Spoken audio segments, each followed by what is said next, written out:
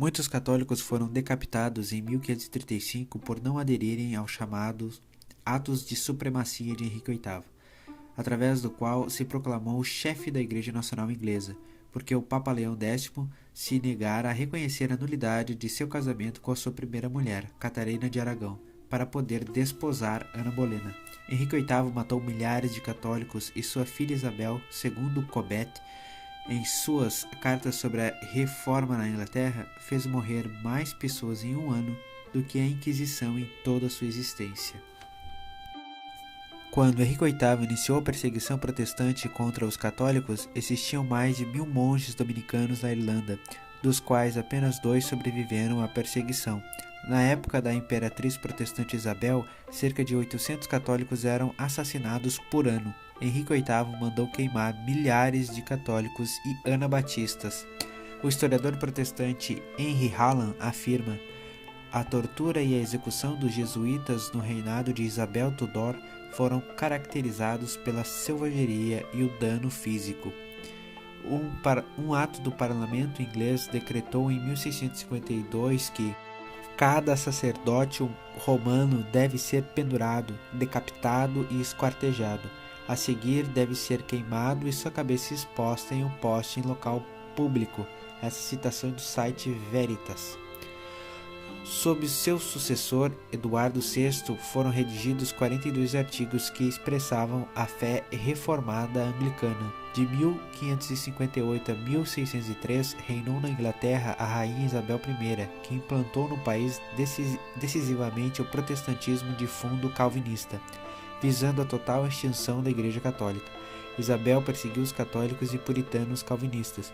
Quando ela morreu em 1603, Matoso diz que não havia mais de 120 mil católicos na Inglaterra. Foi uma época tremendamente dolorosa para os fiéis católicos da Inglaterra, que, amaldiçoados e perseguidos como inimigos do Estado e réus de alta traição, envolvidos na hostilidade suscitada pelo contraste político entre Espanha e Inglaterra, viram-se oprimidos pela dura crueldade de uma justiça sanguinária. Tiveram que pagar caro preço às conjunturas tramadas contra Isabel e às tramas urdidas para a libertação da prisioneira Maria Stuart. Não é, pois, para se maravilhar que o seu número fosse continuamente diminuindo. Quando Filipe II da Espanha, para vingar a morte de Maria Stuart, tentou em vão conquistar a Inglaterra com a sua armada, a perseguição encarcerou-se mais ainda. Mais de 100 pessoas caíram vítimas dela. Globalmente sofreram a morte pela sua fé 124 sacerdotes e 61 leigos. Numerosos fiéis de ambos os sexos definharam por longos anos em horríveis masmorras. Aqueles que se abstinham do culto anglicano, os recusantes, foram colhidos por enormes penas pecuniárias. Sobre o regime de coação religiosa da Igreja Nacional Anglicana tiveram que sofrer não só os católicos, mas também os puritanos e os presbiterianos, os quais se opunham também ao ato de uniformidade, não conformistas. Os martírios de São João Fisher e de São Thomas More. Um caso especial que merece menção foi o do cardeal João Fisher, de quase 80 anos. Ficou por um ano encarcerado na Torre de Londres. São João Fisher foi um homem erudito, bispo da diocese de Rochester, para cuja sede tinha sido eleito em 1504, juntamente com o cargo de chanceler da Universidade de Cambridge. Foi condenado à morte por ter dito em conversa particular que o rei não tinha autoridade sobre a igreja. Por ser cardeal, Henrique VIII lhe concedeu a graça de ser simplesmente decapitado sem outra pena. Em 1535, na manhã de suplício, São João Fisher fez questão de um asseio esmerado. Provocou a surpresa do seu servidor, ao que respondeu o condenado: "Não vês que este é o meu dia de núpcias?" Ao partir para o suplício, leu 2 versículos do Novo Testamento e rezou. Subiu com as próprias pernas até o patíbulo. Segundo o antigo costume, o carrasco se ajoelhou diante dele e pediu perdão. Respondeu-lhe o cardeal: "Eu te perdoo de todo o coração. Tu me verás sair vitorioso deste mundo."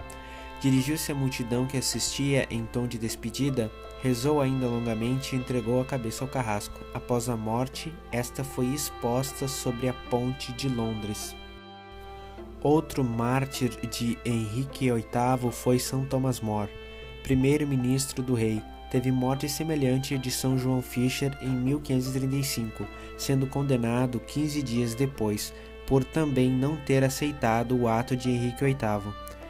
Nasceu em Londres em 1477. Quando jovem, Thomas queria consagrar-se totalmente a Deus em um mosteiro cartucho, mas acabou seguindo a carreira de advogado e fez uma carreira brilhante, tendo sido nomeado chanceler da Inglaterra em 1529, pelo mesmo Henrique VIII. Pai de 4 filhos, teve sempre um comportamento exemplar. Levantava-se às 2 da madrugada para rezar e estudar até às 7, hora que ia à missa. Nem mesmo uma intimação do rei podia interromper seus exercícios de piedade. Fechado na Torre de Londres, aguardando o processo que ocorreu a 1º de julho de 1535, escreveu o Diálogo do Conforto contra as Tribulações, uma obra-prima da língua inglesa. Corajoso e tranquilo sobre o patíbulo, ainda encontrou força de brincar com seu carrasco. Ajude-me a subir para descer, deixe por minha conta. Recitou o Salmo Miserere, Salmo 50, pôs uma venda nos olhos e inclinou a cabeça para ser cortada. Sua cabeça foi exposta sobre um poste na ponte de Londres durante um mês. Depois, a filha predileta, Margarida, evitou que fosse jogada no rio, pagando uma grande soma de resgate. Escreveu ainda a célebre Utopia e a Oração para o Bom Humor. A Igreja celebra a memória litúrgica desses 2 santos no mesmo dia 20 de junho. Mais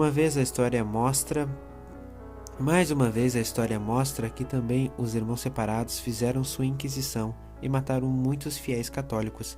Cometeram também eles o que acusam a Igreja de ter feito. Em 1935, Pio XI canonizou esses 2 mártires e os propôs como 2 exemplos de fidelidade aos cristãos da nossa época.